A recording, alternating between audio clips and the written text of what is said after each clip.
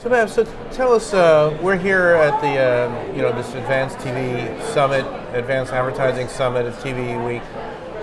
What do you think Advanced TV is, or what should it be? And, speaking as I guess maybe perhaps wearing your hat as a marketer, which you were quite, and as an industry observer, what is Advanced TV, or what should it be, or where is it going? Yeah. So advanced TV to me is video in its current form. It's all video. So I think advanced TV is OTT, it's video on demand, it's online, it's all the kind of things that go beyond what we were used to in broadcast television.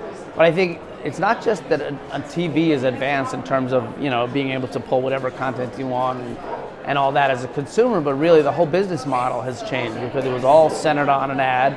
Consumers knew what they were getting when they were getting free television. They were getting an ad and they'd be able to watch the ad in the midst of a show. Now, of course, with DVRs and with OTT and with on-demand and with online and ad blockers, it's very difficult for a marketer to break through that environment. And as TV gets more and more advanced, it'll be that much harder to break through that environment when consumers have the option of skipping almost any ad possible.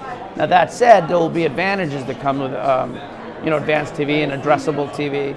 Things will be, you'll be able to use data to make it more targeted, to be able to measure better, all the kinds of things that we haven't been able to do with TV all these years. So while there were great benefits, we didn't really know which ads were working and how much of it were working. If you spend $1 billion, you didn't know how much of that actually impacted your sales.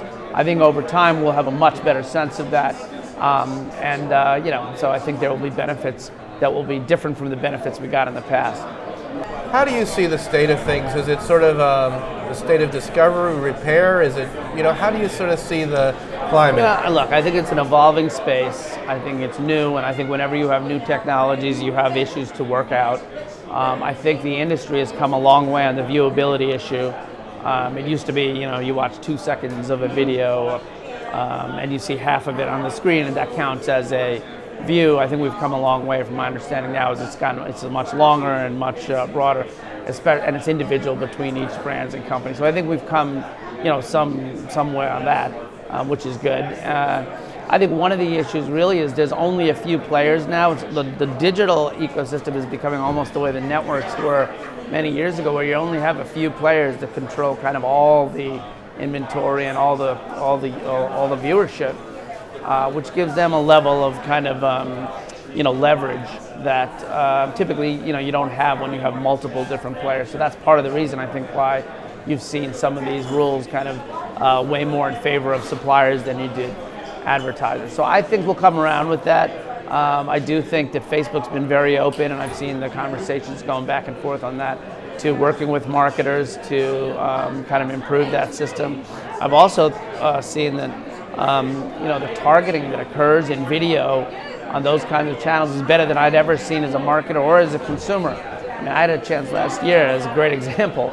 Over Christmas, I was trying to buy a fridge. My mom asked me what I wanted for Christmas, and I wanted a second fridge for the garage.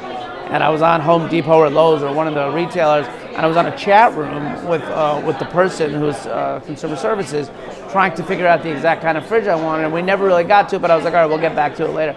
My mom's like, all right, we'll go live and walk into the store. A few hours later, I happened to go on Facebook, and I was on there, and the exact fridge that I wanted was in an ad. So it's not about the creative, it's about the data and the laser targeting, that it was contextually relevant, hit me for exactly what I was looking for at the exact time I was looking for, and I bought it through that. So I mean, that kind of targeting has never been possible before, and I think with Google and Facebook, especially those two players, you're going to have enormous opportunities, but we'd like to broaden that to more than just those two players, obviously.